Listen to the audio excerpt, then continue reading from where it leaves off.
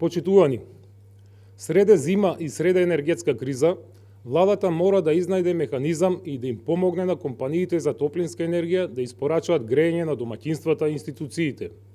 Владата за тоа има можност од самото тоа што веќе таков чекор презеде во секторот за снабдување со електрична енергија, од буџетот ќе се испумпаат 200 милиони евра за АД-Елем. Трите компании за снабдување со топлинска енергија, БЕК, Топлана, Скопје Север и СМ Енергетика, во интерес на граѓаните, не смеат да бидат жртви на несовесно работење и долгови. Почитувани, во 21 век, под изговор на така наречен оптимизиран режим, скопјани не ја добиваат потребната топлинска енергија. И покрај покачената цена од 14%, Скопје останува со ладни грејни тела. Зошто Регулаторната комисија за енергетика молчи за овој проблем? Дали навистина компаниите испорачуваат топлинска енергија според правилата за снабдување и мрежните правила за дистрибуција на топлина?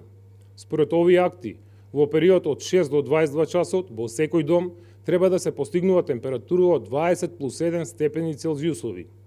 Зошто владата одбира да помогне само на СМ, а не на сите оние кои имаат проблеми со зголемување на цените на сите енергенси, вклучувајќи го и БЕК и Топлификација Скопје Север?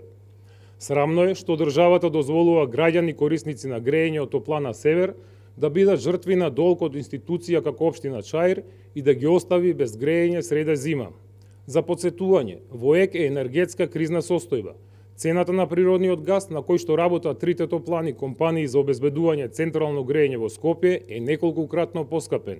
Државата мора да се грижи за своите граѓани, при тоа редовни плаќачи на сметките за грејење. Едно е јасно, со ваква власт се уништува енергетиката во Македонија во секој сегмент. Се наталожија толку многу проблеми во енергетиката, што повеќе од јасно е дека СДСМ нема капацитет институционално да ги реши овие проблеми. Благодарам.